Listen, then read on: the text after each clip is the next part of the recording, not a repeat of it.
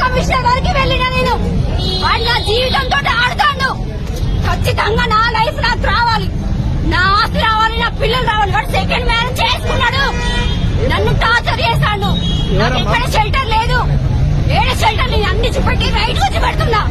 అంతే TV9 కి పోవాలి, కంపల్సరీ పోవాలి. వాడు నా ప్రాపర్టీస్ నా గోల్డ్ అక్కడ పెట్టుకొని నా మీద తప్పుడు కేసులు పెడుతున్నాడు.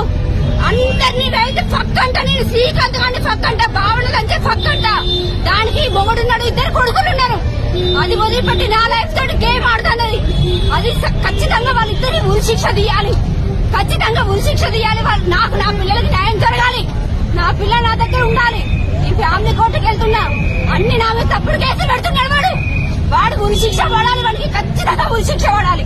వాడు నాకు వద్దు, నా బంగారం నా పిల్లలు నా చేతికి రావాలి ఖచ్చితంగా. ఉత్తర తాడు లేకుండా చేసిన వాడు. కట్టుకున్న భార్య నేను సవితుందని సవితి పోలు పెట్టిస్తారు అందరూ. నాకు ఎక్కడ షెల్టర్ లేదు, రోడ్డు మీద బతికైంది. ఏం చేసుకుంటారో చేసుకోండి.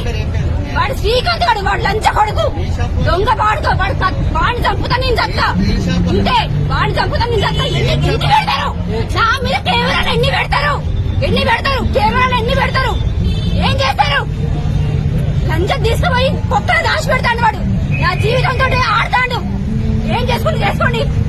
ఏమట్లేదు, స్టేషన్ లో జరగట్లేదు, పెద్ద మనుషుల సమక్షంలో కూడా జరగట్లేదు. వాడు మాత్రం అరెస్ట్ అవ్వాలి.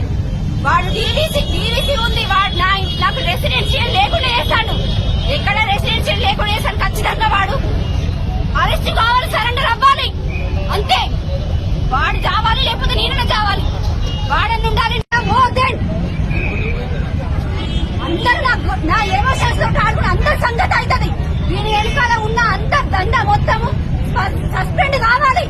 వీడు లంచాలు ఇస్తాడు, నన్ను అవమానపరుస్తాడు, నా బాణ బంగాలు తీస్తాడు. వాడు వీడికి సపోర్ట్ చేస్తాడు.